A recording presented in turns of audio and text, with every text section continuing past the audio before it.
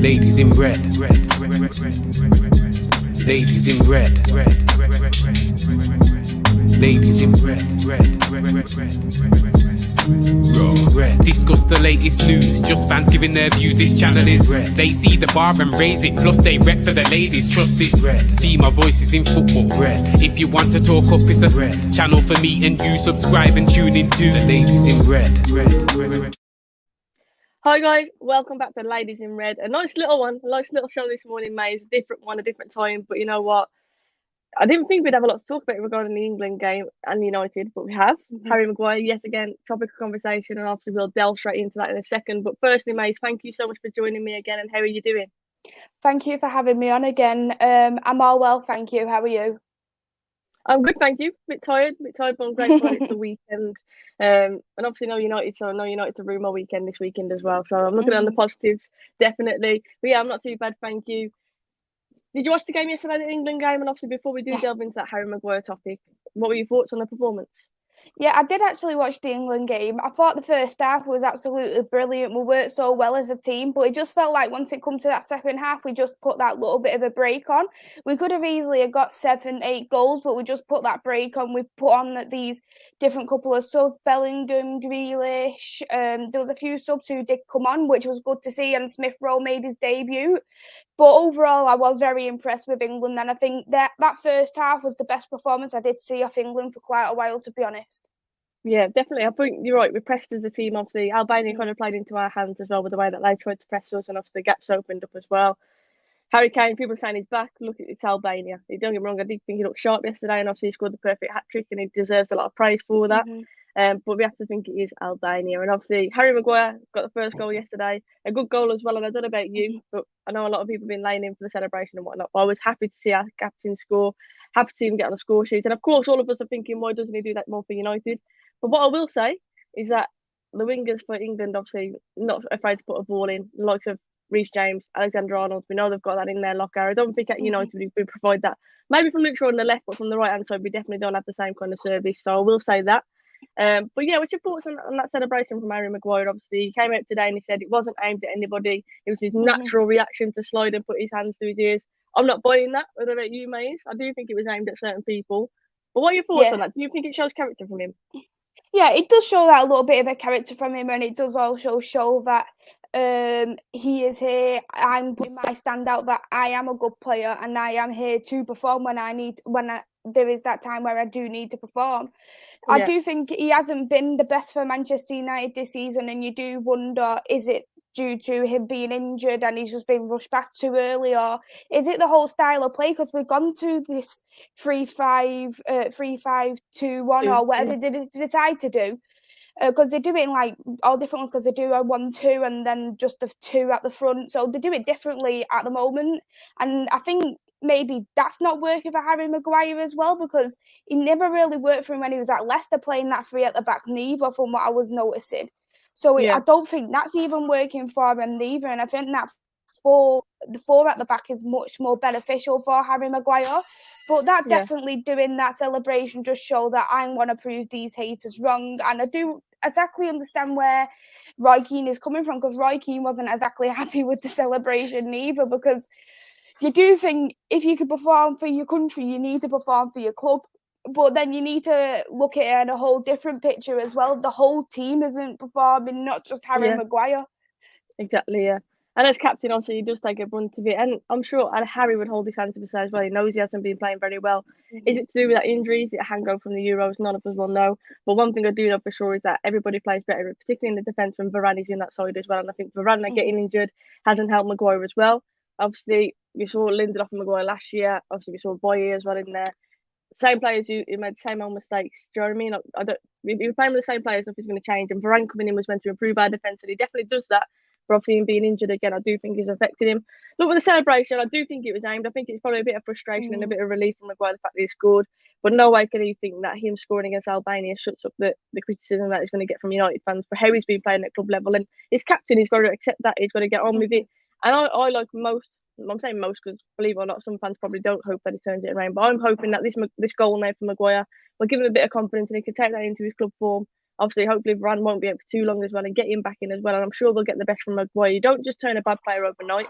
If you look at the form, especially in the Euros and towards the end of last season as well, like, he's a solid player, and I think people forget that. And his price tag obviously massively goes against him. He's not an £18 million player. I'm not saying that was ridiculous money, of course. I agree. But you don't turn bad overnight. I just think he's obviously, for whatever reason, whether it's the injury, whether it's a hangover from the Euros, he hasn't been up to scratch. He hasn't been playing well. And no way can he expect to do that against an Albanian team that was very, very poor. He's going to shut his hands up. It's just not going to happen. And I think he's kind of brought the attention onto himself by doing that celebration, if that makes sense. I think he's done that, and then people are obviously going to talk about it. I think if he just scores there and doesn't do a celebration, like, people will probably respect that a little bit more, because this is just encouraging them more criticism. I don't know if you think that, but for me, it's just drawing more attention to Harry Maguire and the fact that he has been so poor at club level. Yeah, I agree. I think it is definitely bringing a lot more criticism in doing that, because you was hearing a lot of criticism on social media, both off Luke Shaw and Harry Maguire. Luke Shaw has actually done the best thing for him by not going to England and playing for England, because he knows that he is injured. Whereas Harry Maguire, he isn't up to that form for me right now. So really, he should have said to Gareth Southgate, it's only the World Cup qualifiers. I'm sure that you'll be fine against Albania and whoever else we play. So I'll just stay out for this one, and then I'll come back for when we play on to the next international break, whenever that could be. But instead, he has come. He scored a goal, brilliant. It was a nice goal that he did score as well. And it's good to see that he can actually score a header against England, because every time we see a header for Manchester United, it's always off target. So it's good to see that he can actually score with his head again. But the celebration in itself, you just think it's a little bit too much, considering how much criticism you should be getting at this moment in time. But But you know what? What I will add, sorry, Mace, to jump in, but if he celebrates like that, as long as he now goes on a good form and a good run of games, then he will be shutting his haters up. And I mean that for club. Do you know what I mean? And that's what I'm hoping this does. I think if he carries on his poor form after doing that celebration, then he's going to make himself look a mug. So he's put a bit more pressure on himself. Do you know what I mean? I agree. And I do think as well, apart from that goal, I don't even think that because he did score that goal, but there was then a couple of opportunities where he was that high up on the pitch. Albania was able to really counter-attack and put that little bit of pressure onto Jordan Pickford. So you do think, was apart from that goal, did he really play that good? And I don't think he did in my eyes. Yeah, and obviously against a poor Albanian team, against a better team, you'd say you'd be punished. I mean, there's that one chance in behind, obviously, from Cole Walker's back press and whatnot. Against the better teams, I'm sure England would have been under a lot more, obviously, pressure yesterday. But it was one of them games Albania played into our hands. They were poor. And England, to be fair, I do think, especially in that first half, you mentioned it, pressed really well as a team. Albania just played into their own downfall, really, didn't they? They just kept playing into our hands. And Harry Kane, like I said, perfect hat-trick as well. But Maguire, I just feel like him doing that celebration is just going to draw more attention to him. I'm so happy that he scored, as we all should be. He's United captain. I'm happy that he scores. I'm just hoping that he goes on a run of games now, because realistically, him putting in the performances at club level on a consistent basis, that's the only thing that's going to shut the haters up. And that's the way that it should be. He's United captain. He's going to get criticism, and I just hope that he owns it. As Roberto says there, I hope he owns it and he proves people wrong, because you don't turn a bad player overnight. I don't think he's a bad player. He just isn't in good form right now, is he? Maguire should just let his feet do the talking and not cringe at goal celebrations. That's exactly my point. I think the only way he's going to shut people up and get respect is by the performances week in, week out. And so far, I'm sure he will know they haven't been good enough. But someone mentioned earlier, I think it was Gaz in the chat, he asked about the protest today. There is a protest at Old Trafford at 3 o'clock. I've seen Solly doing some tweets earlier reiterating that this is not an Ollie out protest, because I said to you the other day I was totally against anything against the manager in that sense. It is a Glazers out protest. Obviously, it's not a game day though, mate. So how are you expecting that to look? Because obviously there's not going to be as many people there, you'd think, as the last protest. Yeah, with the last protest, it looked like Man United fans are the big, like, you could tell that we're the biggest fans in the world. We literally stopped the biggest game in the Premier League. We invaded the pitch, and you just think, wow, that is so brilliant. And I think a lot of other fans from different clubs even thought, wow, this is so good. Manchester United actually can stand their ground against their owners. But when you think, oh, we're not having a game today, it's international break, not a lot of people are going to travel from different cities to go and do this protest. So I can't imagine many people doing it. And I think more as well, knowing the time of year it is, probably a lot more people won't want to do it too. So I can't see the protest being as big as it is the first time round, 100% not. But as long I am all for the protest if it is a Glazers out protest, because something does need to be sorted out. But if, like you said, as long as it's not the Ollie protest, like you said, I am against Ollie out protest, because I think he has been embarrassed enough on social media. I know he hasn't been good on the pitch, but doing that protest is that one step too far in my eyes against Ollie. Yeah, he's a club legend at the end of the day, whether you like him as a manager or not. For me, he'll always be a club legend, and he'll remain that. He's put us in a better position than we were when he picked us up, but in terms of the dressing room, in terms of the personnel he's brought in, we've got a very, very strong squad, the strongest squad that we've had in a long time, most would argue. And yeah, that's what I mean. I think there's a lot of disrespect. If the people are wanting an Ollie out protest, I think that's disrespectful. At the end of the day, it should be directed at the board. They're the ones who make the decision on the manager, and it shouldn't be aimed at Ole Gunnar Solskjaer. Definitely, I totally agree with that. And that's what I'm saying. I encourage people, if you are available to go to the protest today, it is a Glazers out protest. And obviously, if you can get there, go and show your face. I unfortunately can't be there today, but I'm definitely going to be tuning in and seeing what the numbers are like and seeing how many people are there. As he said, here's my take. A United captain needs to understand that the fans, and he doesn't. Harry's been dreadful in every game this season, and telling the fans he's not listening is disrespectful and arrogant. Yeah, and obviously he had a statement today, said it wasn't aimed at anybody. Look, we all know it was aimed at. It was definitely aimed at shutting the haters up. But a goal against Albania is not going to shut them up. His performances week in, week out are the only thing that are going to do that. He said that he obviously knows he's captain and criticism is going to be normal. It is. It definitely is. And when you're not playing well, the fans are going to let you know. Basically, it's all about how you bounce back from that. And I'm just hoping that he can do that now. Roberto says owners will be leaking on traditions of this club and we will become Arsenal like joke. Well, Arsenal are above us in the table now, I believe, so we can't even laugh about that at the minute. So you can't even banter Arsenal at the minute. We are banter FC at the moment. But what's your thoughts on Ollie? Obviously, it looks like he's staying, Mais. I mean, my verdict the other day, and a lot of people were laughing about me because I am so on the fence of it. I want Ollie to turn it around. I want him to prove people wrong, and I want him to prove to me tactically as well that he is good enough. And so far, he hasn't done that. But if it is that he's staying, I hope that he does turn it around, and I'm hoping that the belief that the club having him pays off. But if it doesn't, if he continues this way, then of course he has to be sacked. That's as simple as it is, isn't it? Because the performances haven't been good enough, should I say? But yeah, what's your take on the whole situation with Ollie? Because a lot of people are totally against him. Yeah, a lot of people are against him. I do really love Ollie. I love him for what he has done for the club. I've never been one of them people who are strong outers of wanting the manager out, because I know a lot of people are like over Louis van Gaal, over Jose Mourinho. Yeah. I always look in this kind of respect. Look at how the club was when Jose Mourinho left. Because I think when Jose Mourinho left, we was in a bad way. We was mid-table. Yeah. So we was the dressing room. It was completely split. There was so many players who had disagreements with Jose Mourinho. We wasn't playing good football. It was very defensive kind of football. That's not Manchester United. And then Ollie come to the club. He transformed the club. He tried to play a more attacking football, which we haven't seen, I'd say, since the Sir Alex Ferguson. He's tried to build these relationships back with these players who have had them doubts. He's brought these players back through as into the starting 11. They've done well under Ole Gunnar Solskjaer, and I cannot criticise him for what he's done, because if you look at the squad we played the first ever match under Ole and now, the team looks completely different. It looks absolutely amazing, and he's done well to build the team. Yeah, and I can't knock him for that whatsoever, because I think I can't see any other manager doing that. I can't see many other managers doing that, and he has passion for the club. He has love for the club, and you want a manager who has passion and love for the club. You don't want a manager who thinks, I only want to come here for the wage packet. So in that respect, I've got to love him for that, and I think thank you for doing this for me and bringing that bit more love, a bit for the club. And when you do look at it now, we've got a near enough built team, because all we need is a couple more signings, and apart from that, I'd say it's a Premier League title winning team. And when you do look at it, you think, do you expect a bit more results than what you are getting, especially under Everton, Aston Villa, Liverpool, especially Manchester City?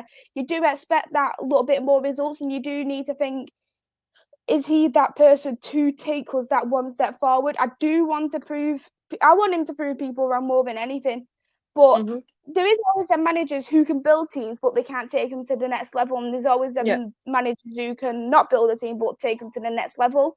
And you do look at it, is Ollie that one who can just build a team at this moment in time? But I would say, for now, see how he gets on. And if, for example, it does get to that point where it gets to Christmas, we're mid-table, we're not in the Champions League, then there's not much more we can really do to support him, really, is there? No, you're spot on, and obviously you're not going to see Cristiano Ronaldo playing in the Europa League. I do think it is that. If it is to the point where we are falling out those Champions League places, then I think that's when we'll maybe act. But right now, I think you are right. I think they'll be patient. And as fans, it's hard to be, and I appreciate the criticisms towards Ollie. I get it totally. I've already said that because we're not playing good enough football. You mentioned it there. Can he take us to the next level? I think at the minute you have to say no. He's not looking like he can. But I'm hoping that he proves me wrong for saying that, and I'm hoping he proves a lot of fans wrong for feeling that he can't.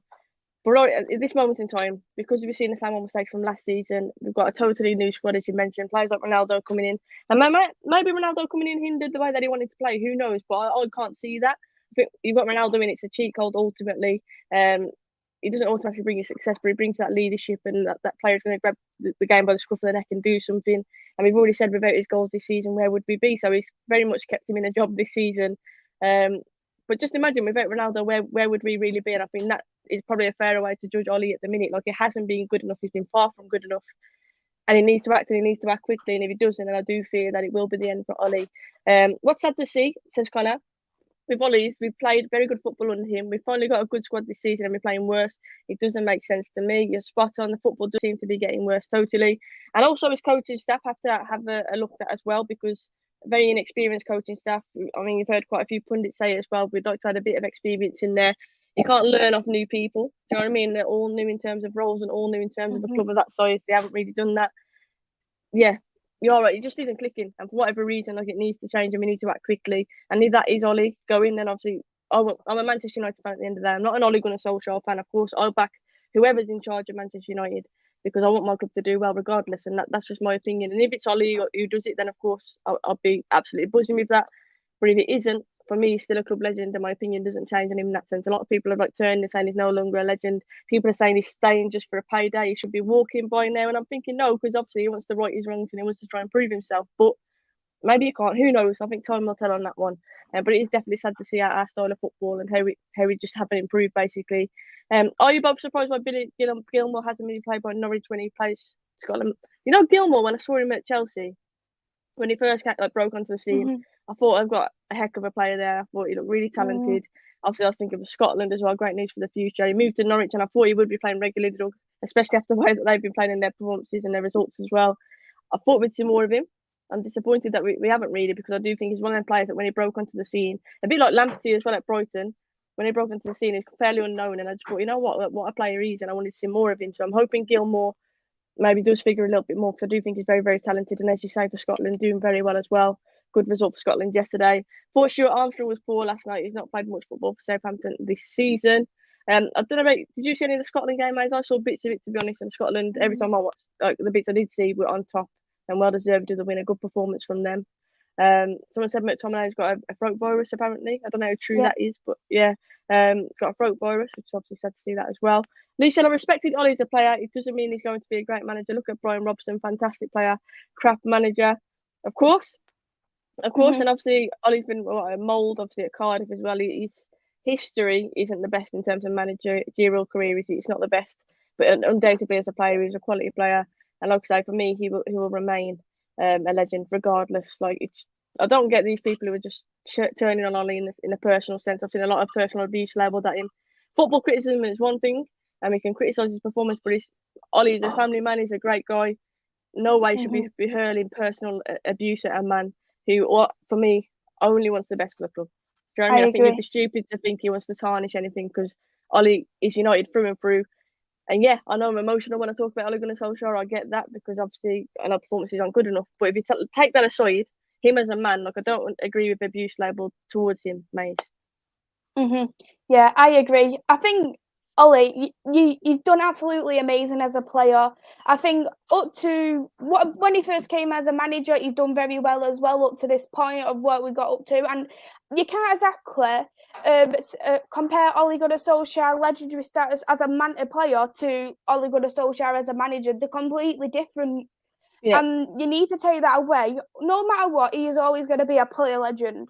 if people don't want to call him a legend, he's a player legend in my eyes. He's absolutely amazing. One of the highest goals for Manchester United. You obviously got that screamer in the Champions League final. If it wasn't for him, we wouldn't have even won that in 1999. Yeah. It would have gone to extra time and penalties. Who knows what would have happened on that night? And then he's a super sub, wasn't he? Super sub, Ollie. Super sub. Babyface assassin, as they all say. But in terms of the manager, yeah, he's done absolutely brilliant to build the team, but it's just about him using this correctly. And if he wants to stand his ground, he needs to learn from his mistakes. And I think what he needs to do, first of all, if he is going to stay at the club, he needs to sort out the coaching staff, in my eyes, because the coaching staff is below par. I was reading the like all the different coaches, and they've been relegated out of different teams. They've had no other experience, but apart from one team who they've been relegated with. Yeah. Some of them have never even had coaching experience before. Some have only had under 18s experience. So it's very lack of experience. And when you're playing for a club like coaching a club like Manchester United, you expect them to have the best ever kind of experience. Because if you look at Manchester City's, you look at Chelsea's, you look at other teams, you see that they've got really good coaching because they've had really good experience, they've had results elsewhere. But when you look at the coaching staff we've got, it's ridiculous. That is one thing we need to do. Like for Manchester United as well, we're talking about the biggest club in the world.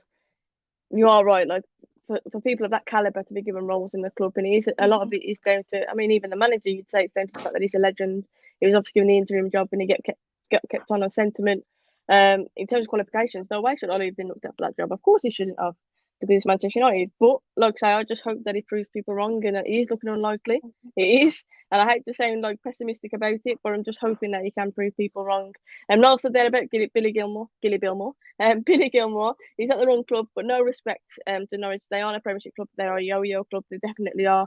But you would feel that someone of his quality would be able to play regular football in that Norwich midfield. You know what I mean? Like Billy Gilmore should be good enough for me to play for Norwich. I mean, have you seen much of Billy Gilmore, and what do you think of him, mate? When I actually seen Billy Gilmore at Chelsea, I thought he is going to be a very, very good player in these years to come, and Chelsea will be absolutely ridiculous if they went to sell him off in the future because he ain't getting that game time. And when he came to Norwich, I thought, oh, this is going to be good, because as much as, you know, Norwich is that yo-yo team, he's going to get that bit of game time, he's going to get that little bit of experience in the Premier League. Or if, for example, he goes on loan again to Norwich in the future and he goes in the Championship, he gets to go a little bit stronger, because we know the Championship is a very physical league, so he gets to toughen up that little bit as well. Yeah. Knowing that he isn't getting that game time at Norwich, you do question why that is. And if I was Chelsea, I would recall him back, because I'd say, I'm put this player on loan for a reason, for him to play, and if you're not playing him at all, I want him back. And then they can just loan him to a different club in the January window, because I'm sure Crystal Palace, well, maybe not Newcastle. I think Newcastle would be a good show. Yeah, Newcastle could be one. I was going to say Crystal Palace, but they've got Conor Gallagher because they can't have two loanees. Watford could be another shout. Van Mary might want him. Just because he's not playing at one club doesn't mean that he won't play for another club, because if you look at Gardner last season, he was playing for Watford. He played a little bit under the old manager. He got sacked, and then he didn't play at all. So Man United took him back, and then in the January window, we loaned him out to Nottingham Forest, and he was absolutely superb under Nottingham Forest. Yeah. So there's no reason why Chelsea can't do the exact same with Billy Gilmore either. Yeah, no, you're right, and I think Gilmore is good enough to play in the Premiership, regular football, from what I've seen of him. And that Norwich one may just hinder him. I'm glad that he's still getting into the Scotland team. It isn't obviously affecting his place in the Scotland squad, because I do think he's potentially a very, very good player and a really important player for Scotland in years to come, definitely. Hello to you, Star-Lord. Hope you're good. It's the top of the morning to you girls. I hope you're doing well. Vincent said this is an early stream. He's probably mixed it up today, Vincent. Went for an early one. And then Niall said, I saw Ryan Fraser make an excuse saying he was injured for Scotland, and a day later training as normal in Newcastle, bib on and doing drills, lack of loyalty towards Scotland. I don't understand that. If you get a chance to play for your country, I don't care. I mean, I was so proud for Smith Rowe yesterday. I'm not an Arsenal fan, but still, I love to see kids working their way through clubs and working their way, obviously, through the rankings and breaking into that international setup. I love it. Like I think it's quality. I mean, I played for England at under-19s, and like even for me, like that feeling, it was just mad. So imagine doing it at first team level. Like I was proud, I felt proud for Smith Rowe, as I did with any other youngster who breaks into the starting lineup. So yeah, to not have the loyalty towards your country, I can't get my head around that, mate. Like for me, if you're given a chance for your country, like you take it with both hands, surely. Yeah, of course. Especially when you've never been called up before, you just want to make that impression to Gareth Southgate to say, I am ready to take this first team role. I want to stand my ground that I am a permanent member of England. And I can understand if people are not in form and it's like a World Cup qualifier, then they don't want to do that. Because I was happy with Luke Shaw pulling out. I was happy with Marcus Rashford. Did he pull out? I'm not 100% sure, but I was. Yeah, so I'm glad if a player does pull out because they're not in form and they do need to build that up.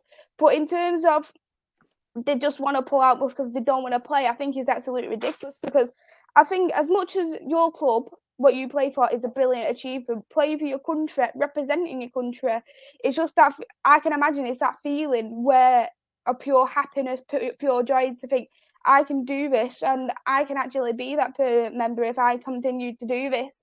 Look at, for instance, Calvin Phillips. He came through as soon as he come out of the Championship and he showed what kind of a player he is for England, and he has stayed exactly where he is for that England team, and he's got that regular starting 11 lineup, and I think he's very solid in that midfield for England. So if people look at how Calvin Phillips is, anyone can get into England if they put their mind to it and they work hard.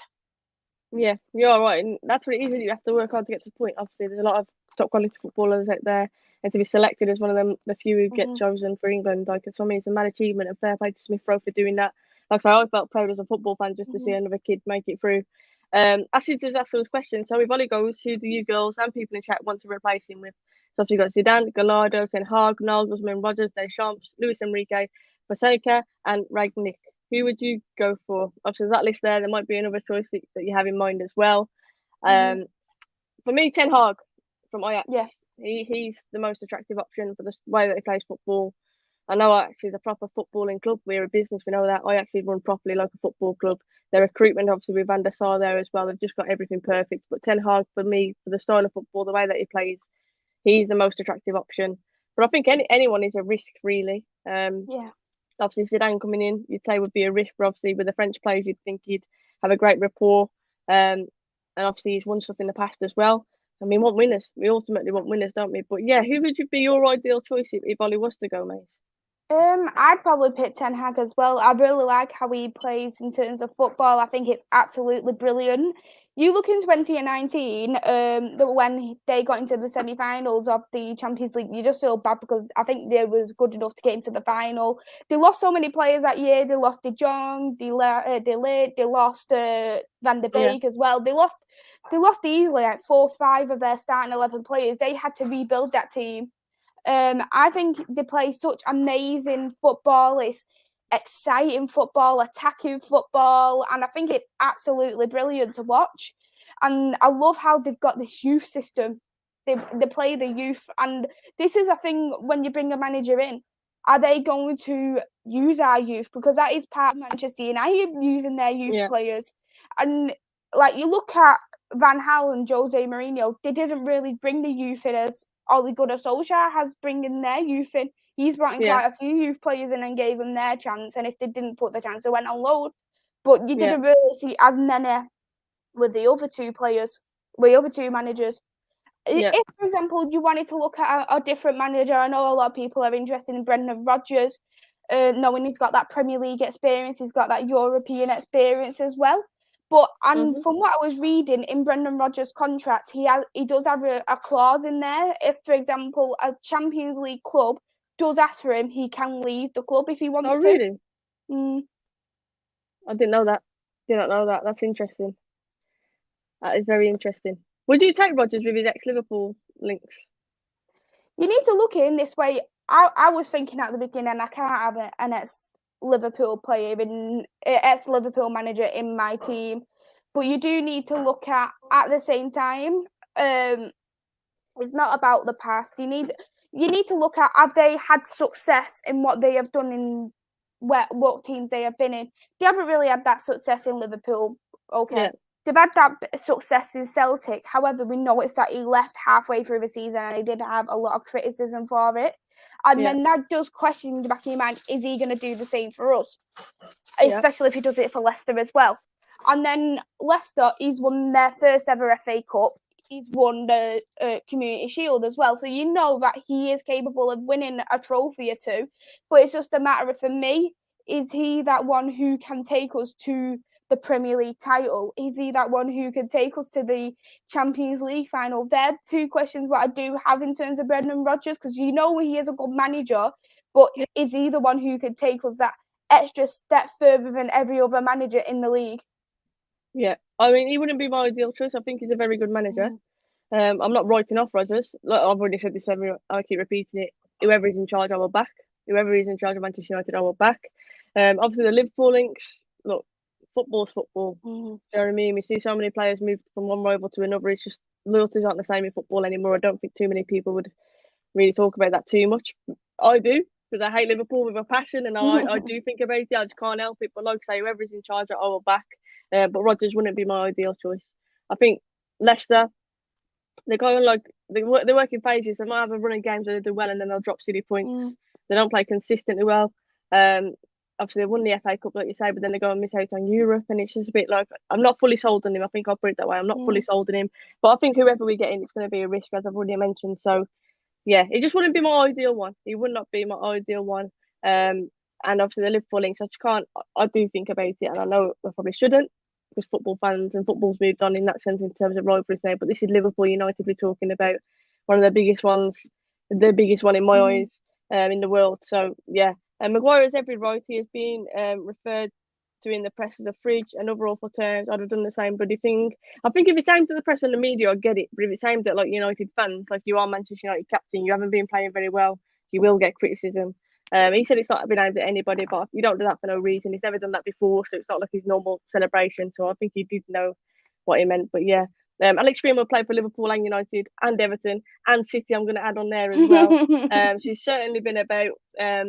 She is that FIFA fan. I don't know if you've seen the meme of the FIFA fan. He's wearing a United shirt, then he's wearing a City shirt, and it's the same person. That is Alex Greenwood. 100%. But yeah, I don't know. Just for me, I do have that loyalty, and especially when it comes to Liverpool United, I will think about that. But like I say, I'll back anyone who's in charge because I just want what's best for my club. But yeah, Mais, this has been a fantastic show. Thank you so much again for joining. Just let people know where they can sub on your channel as well. Let them know where to find you. Oh, great. Thank you for having me, Sophie. It's been a really good stream, a really good discussion on the topics that we have spoken about. You can find me on my YouTube channel. My YouTube channel is Devils United. I do men and women's football for Manchester United. And you can also find me on my Twitter, which is at 2_ MUFC Mais. There you go. Make sure you go and check out Maisie's content, obviously, on our YouTube channel, and go and follow her on all the socials as well. I'm Soph Richo. Obviously, my Instagram is Soph Richo with a kiss on the end. Twitter is just Soph Richo. And if you are new, please hit the sub button on Ladies in Red. Hit a like on the video as well. Make sure you go and subscribe to Maisie's fantastic channel. As always, an absolute pleasure. Thank you to everybody in the chat as well. I really do appreciate it. You guys feeding in and sparking debate. That's what it's all about. I'll be back on Monday with another stream. I'm back on my ECL streams as well, the social career mode. That'll be back up and running this week. Last week's just been a bit of a mental one. I've had new job interviews and all sorts going on. But I'm back, honestly, on a regular this week. So obviously, apologies for that. England are playing as well, I believe, on Monday. Am I right? So obviously, I'll discuss the England game as well. San Marino, hopefully, playing more goals there. That would be nice to see, wouldn't it? But yeah, guys, if you are at the protest, obviously, feel free to post any pictures, tag in Ladies in Red, and we will share any pictures from the protest as well. Hopefully, everyone goes all smoothly. And I want to reiterate, it's not an Ollie out protest. It's a Glazers out protest. It's aimed at the board, not at the manager. And for me, that's the way that it should be. But all that's left to say, guys, is have a lovely rest of your day. Stay positive, and we will see you very, very soon.